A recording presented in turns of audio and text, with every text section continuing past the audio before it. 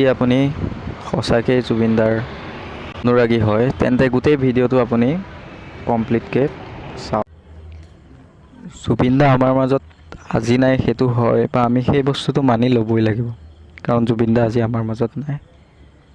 কিন্তু এটা বস্তু সঁচা যে জুবিন দাই যি বস্তুখিনি আমাক শিকাই গৈছে বা পৃথিৱীত বা যিখিনি লাগতিয়াল বস্তু, যে মানুহৰ প্ৰতি থকা মৰম, জীৱ জন্তুকো তেখেতে সমানেই মৰম কৰে, গোটেই বস্তুখিনি তেখেতে আমাক বুজাই গৈছে যে পৃথিৱীখনত আচলতে থাকিব কেনেকৈ লাগে, মানুহ হিচাপে কেনেকৈ জীয়াই থাকিব লাগে, আচলতে জুবিন দাই আমাক শিকাই গৈছে।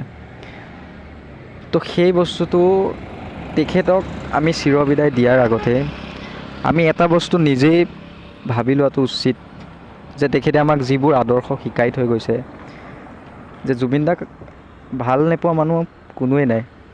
ময়ো বিশ্বাস কৰিব পৰা নাই যে জুবিন দা আজি আমাৰ মাজত নাই, কিন্তু তথাপিও আমি মানি ল'বই লাগিব যে জুবিন দা আজি আমাৰ মাজত নাই বা তেখেত কেতিয়াও নাথাকে। কিন্তু আমাৰ মনৰ পৰা তেখেত কেতিয়াও ওলাই যাব নোৱাৰে।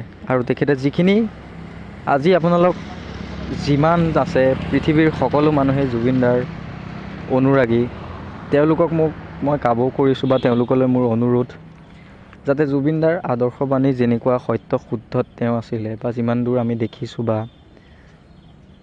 সেই সত্য শুদ্ধতাটো যাতে আমি সকলোৱে বজাই ৰাখিব লাগে, আৰু জুবিন দাক আমি সদায় আমাৰ মাজত জীয়াই ৰাখিব লাগে। জয় জুবিন দা। আপুনি য'তেই থাকে ভালে থাকক।